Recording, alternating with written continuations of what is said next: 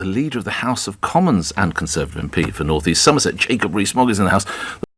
To other matters, we look, of course, to events that are looming up for tomorrow, and this extraordinary series of headlines that the Prime Minister seems to be saying, back me or I'll sack you. Do we have a Conservative Party or a bunch of conscripts, Jacob Rees-Mogg? No, we have a Conservative Party that was elected on a manifesto, and the manifesto said that we would leave the European Union, and that no deal was better than a bad deal. Now, this manifesto was accepted as part of collective responsibility by a number of people who are now suggesting that they want to give Jeremy Corbyn control of the legislative agenda.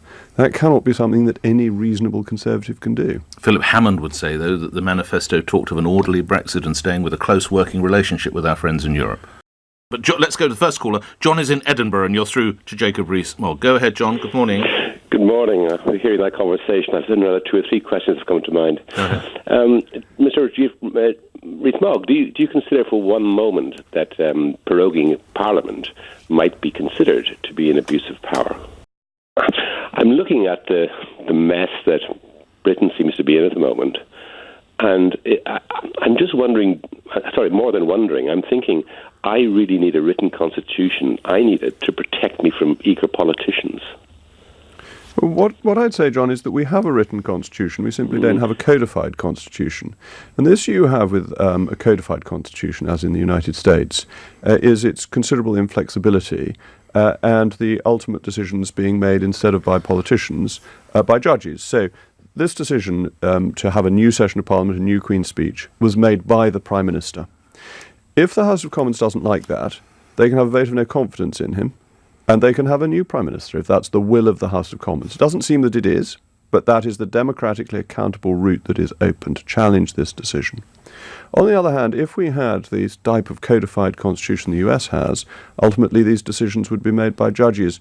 And I'd encourage anybody who hasn't already to listen to Jonathan Sumption's excellent Reith lectures, which go through this in considerable detail and explain the benefits of having a constitution where democratically accountable politicians take the decisions. John, thank you. If he knew all of this, I come back to this point that there might be this proroguing suspension in July. I still don't see why Boris Johnson didn't choose to announce it then rather than taking you with him in a flight to Aberdeen. The Privy Council is the formal body that makes these decisions, but it's held standing, it takes minutes. What was the point at which it should have been announced, other than the point when the decision... false or otherwise? Well, if it said in July, I tell you what, towards the end of August, I'm going to announce that we will be suspending, we will be proroguing, then all this heat and Sturm and Angst would have gone.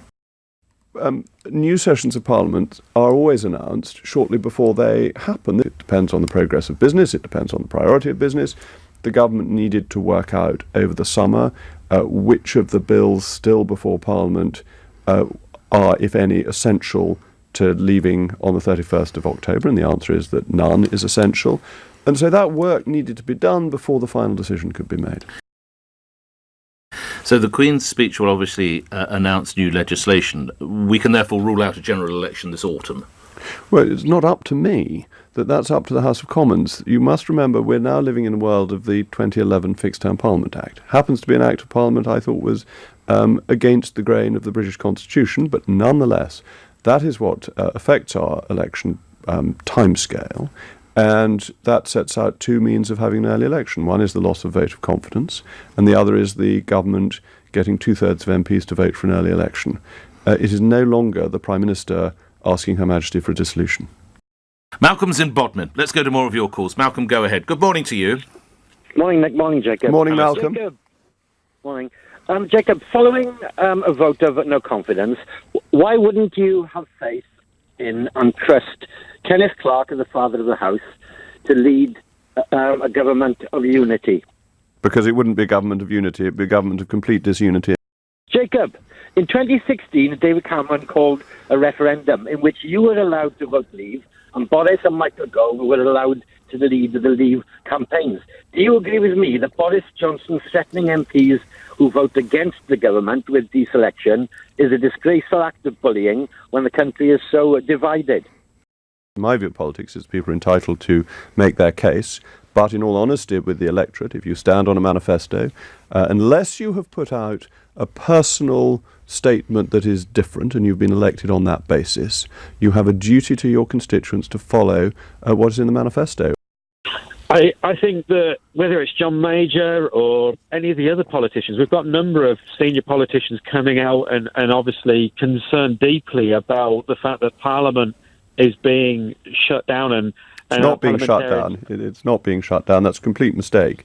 They're not being able to voice, though, are they, Jacob? They're not able to debate in Parliament while this happens. Chris in Richmond, you're through to Jacob Rees-Mogg. Go ahead, Chris. Good morning. Good morning. Good morning, Jacob. Good morning, Nick. Morning, Chris. Do you think a business would have handled preparations for no-deal Brexit in the way that your government is doing?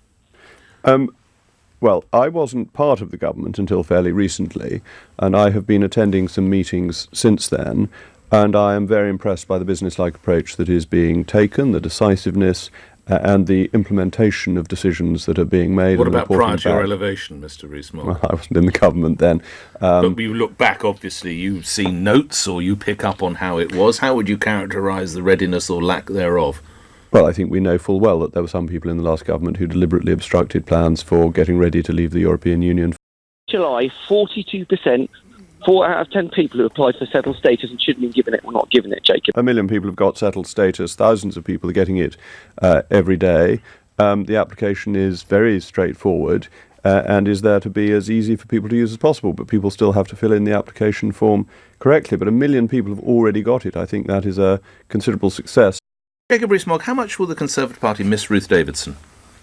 Ruth Davidson is a wonderful and charismatic political figure who did so much for the Conservatives in Scotland. Indeed, we have a Conservative government thanks to the 13 Scottish MPs. I rather like the idea that the Conservatives are imposed upon the United Kingdom by the votes of Scottish MPs, which may remind you of what the Labour Party used to say in the 1980s. Damon, you're through to Jacob Rees-Mogg. Go ahead. Hiya, Jacob. Damon, hello. I was undecided in 2016, so I didn't actually vote. Mm-hmm. But I wondered now, do you still think the referendum's relevant, considering all the new information we've got now, whether a public vote wouldn't just clear up the air? All the information's out. We can make an informed decision now.